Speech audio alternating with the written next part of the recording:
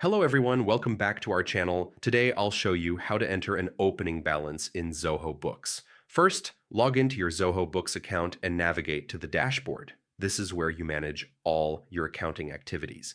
Next, open the Settings menu and look for the Setup and Configuration section. Click on it, then select Opening Balances to access the form for entering your balances. Enter the opening balance date and the account balances as of that date. Double check that all figures are accurate to match your previous accounting records. Once everything is entered, click Continue to review your entries.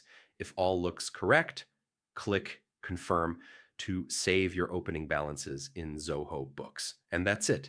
You've successfully entered your opening balances and set a solid foundation for your financial records. Thanks for watching. Don't forget to subscribe to our channel, and I'll see you in the next video.